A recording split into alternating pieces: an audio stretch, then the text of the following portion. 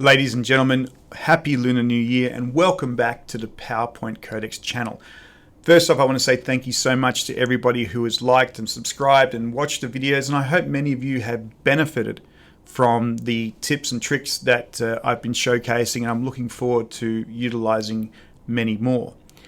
Today's trick I want to talk through is really around object alignment or element alignment on your PowerPoint slides themselves. Funnily enough, I had thought this was a fairly common capability that people utilize, but talking to someone at work the other day, they were surprised they hadn't actually utilized this particular feature. So I wanted to show you how I utilize this. And I kind of feel like alignment and distribution of the aspects on your slide are important, because if you just have them off a little bit, it kind of detracts from the story you're telling, right? Because people sort of look at it and that alignment doesn't necessarily look quite right. So utilizing this feature, it can help you with that final bit of polish for your presentation. So let's switch over to the cheese map in our cheese PowerPoint presentation. And here I have my 5 cheeses, which I sell. And you can see the images themselves are a little bit off kilter. They're not necessarily lined up. They're not sort of neatly delivered. Now, PowerPoint does have some good capabilities to show you alignment, and it gives you ruler lines you can measure up to and things like that. They can click into space, and that's great. And you can sort of see here, let me just sort of flicker us around. You can see that alignment happening. You can get a pretty decent job. We can see spacing, we can see alignment of different images, all these different things.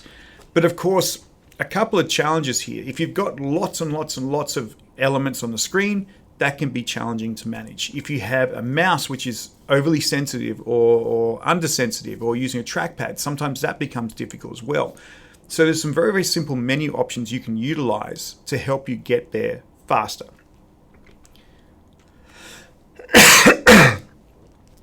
So what I'm going to do here is I'm going to select those 3 images, and I'm going to go over here to the drawing menu, and depending on the size of your window, you may see this in your menu at the top bar straight away. I've shrunk down the window to use in our recording here, so it's hidden away. But down here under drawing, under arrange, there is the align function. And you can see a whole range: align left, align right, align center, align top, middle, bottom. What we're going to do is do align middle.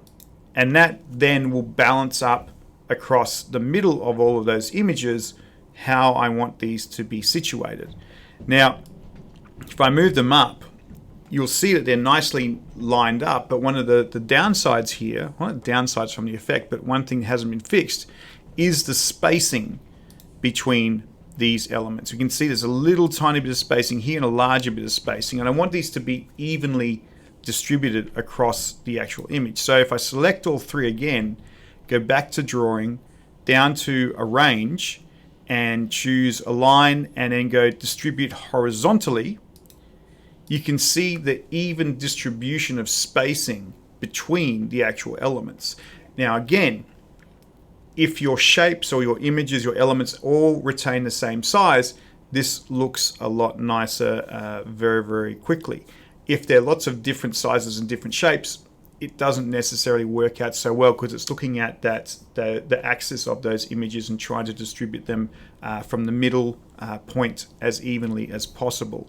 So just to demonstrate this as an example, in this slide I've got 5 images. Now these ones are somewhat uniform. This is a larger image. So if I have all these sort of clustered together and I select them all and say, give me a,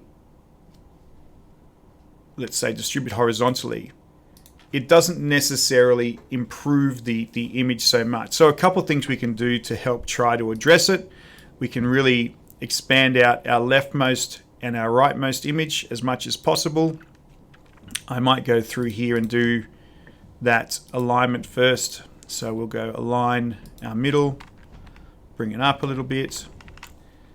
These 2 we will align at the middle as well. Okay, and we'll bring it down a little bit so we have an even sort of spacing. And now I'll select all of them, and we'll do our distribute horizontally again one more time. But again, this is where the challenge is of objects that aren't uniform.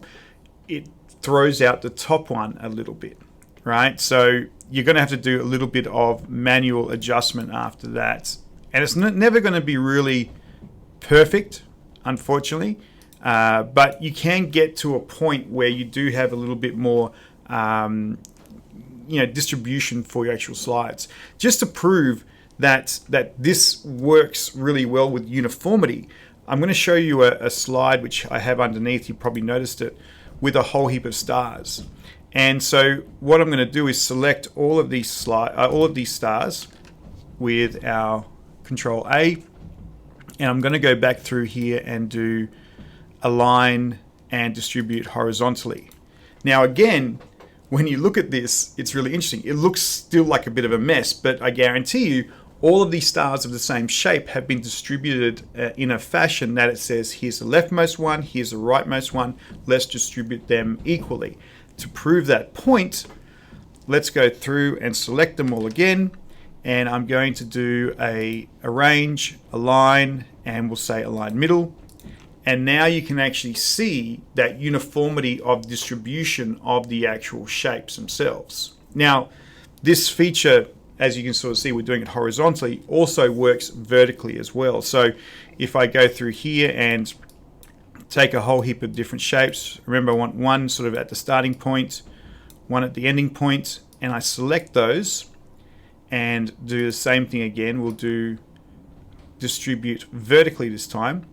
You can see all of them have been distributed vertically on there, and if I go through and choose to align the center, you can see the uniformity in those shapes.